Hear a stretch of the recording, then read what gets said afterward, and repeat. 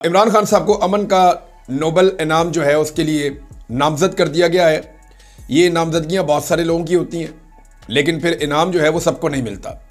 बाज़ औक़ात ये इनाम दो लोगों में मुश्तरका तौर पे मिल जाता है, बाज़ औक़ात किसी एक शख्स को ये इनाम मिल जाता है।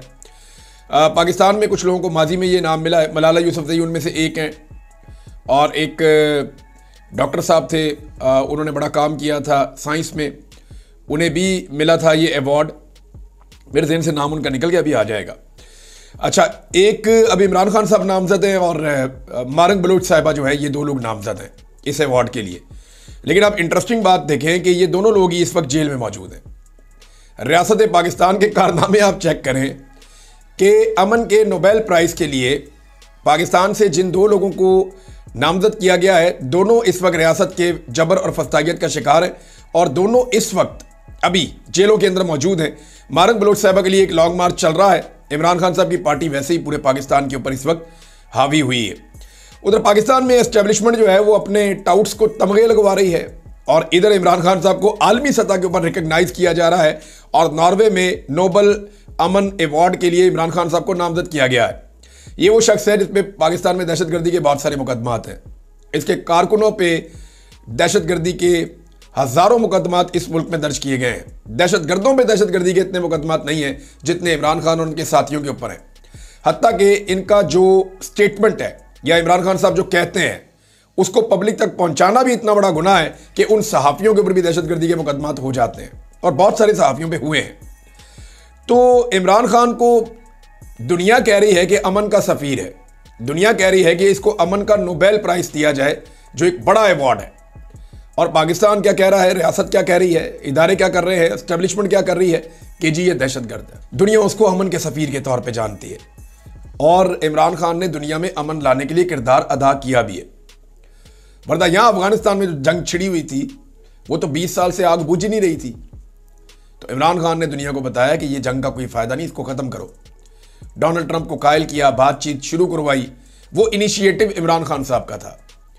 फिर पाकिस्तान के अंदर जैसे अमन आया, इमरान खान साहब ने ड्रोन हमले बंद करवाए, जब अपोजिशन में थे तब भी बंद करवाए, जब हुकूमत में आए तब भी बंद करवाए।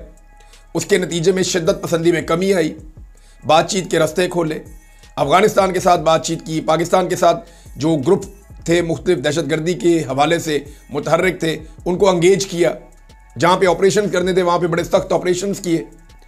तो आप देखें ना, इमरान खान साहब के दौर में 15 साल का बेहतरीन अमन व अमान था 2021 में, और अब जो है 15 साल का बदतरीन अमन व अमान है ये 2024 में जो गुजरा है। बेड़ा गर्क कर दिया इन्होंने, और 2025 में जिस लेवल की दहशतगर्दी हो रही है ना, पाकिस्तान दुनिया में दूसरे नंबर पे आया हुआ है पूरी दुनिया के अंदर। ये खुदा न खास्ता पहले नंबर पे आ सकता है। तो इमरान खान साहब को ये इच्छा, इसमें जो बड़ा किरदार है वो पाकिस्तान वर्ल्ड अलायंस नाम की एक तंजीम है। इसमें ओवरसीज पाकिस्तानी बहुत काम करते हैं, जिनमें समीना साहिबा का एक बड़ा रोल है। मेरा इनसे रब्ता भी हुआ था, मैंने इनसे पूछा भी सारा मामला। मिस्टर गायर ये वकील हैं, बड़े ज़बरदस्त जानदार। इन्होंने जो है वो मेरे लिए भी आवाज़ उठाई थी जब मुझे जबरी तौर पे लापता किया गया था। मैंने वापस आने के बाद इनका शुक्रिया भी अदा किया था। तो मिस्टर गायर जो है वो पाकिस्तान के हवाले से, इमरान खान साहब के हवाले से या इंसानी हकूक़ की खिलाफ वर्जियों के हवाले से अक्सर आवाज़ उठाते रहते हैं, और उन्होंने भी इस कोशिश के अंदर हिस्सा लिया। और बहुत सारे नाम हैं जिन लोगों ने ये कोशिश की, और इसके पीछे बड़े सॉलिड रीजंस हैं।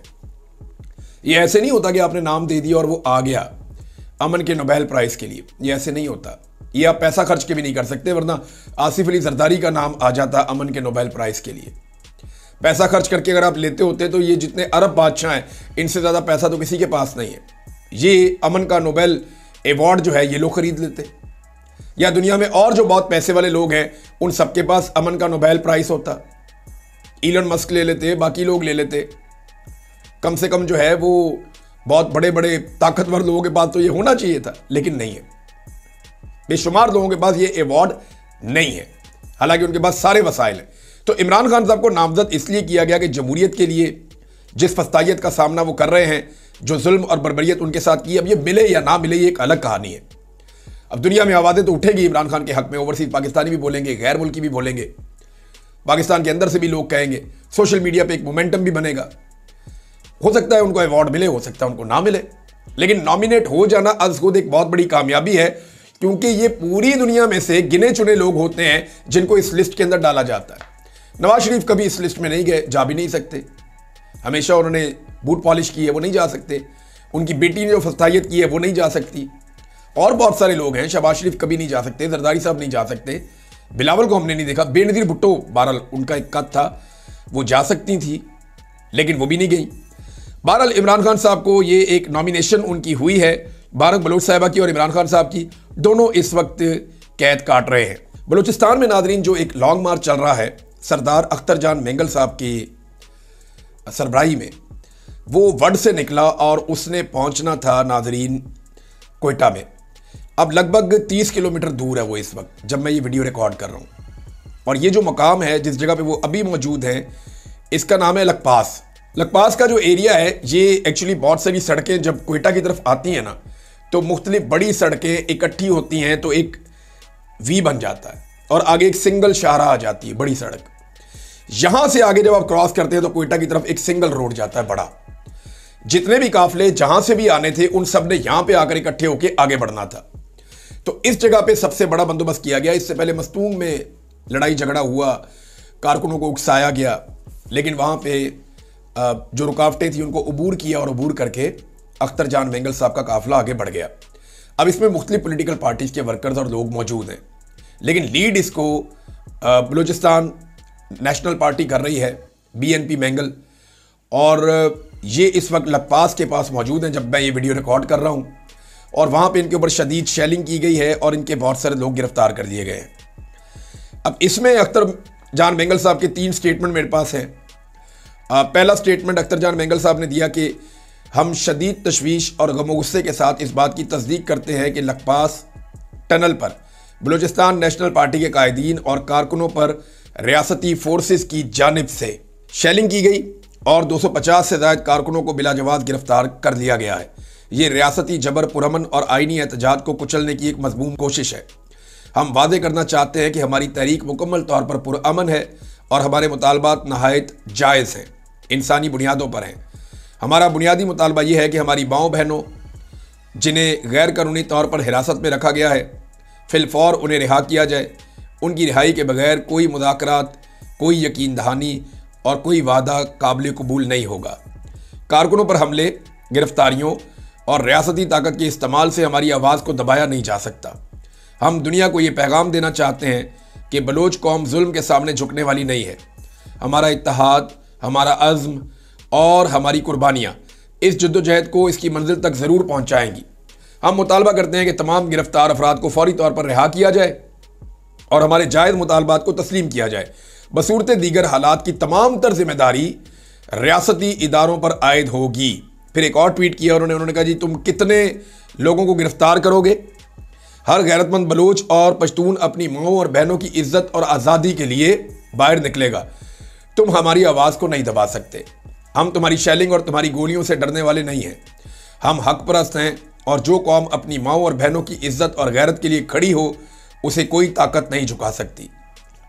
अब फाइनली अख्तर मेंगल साहब के जब हालात ऐसे हो गए कि 250 के करीब उनके कारकुन गिरफ्तार कर दिए गए, तो उस वक्त जब सैकड़ों लोग गिरफ्तार हो गए, शेलिंग बड़ी शदीद हो गई, तो उन्होंने फिर एक और ट्वीट किया। उसमें उन्होंने ये कहा, ये आखिरी ट्वीट जो मैंने उनका पढ़ा है, कि हम इस वक्त लकपास पर मौजूद हैं जहां तमाम दाखिली रास्तों को कंटेनर लगाकर बंद कर दिया गया है।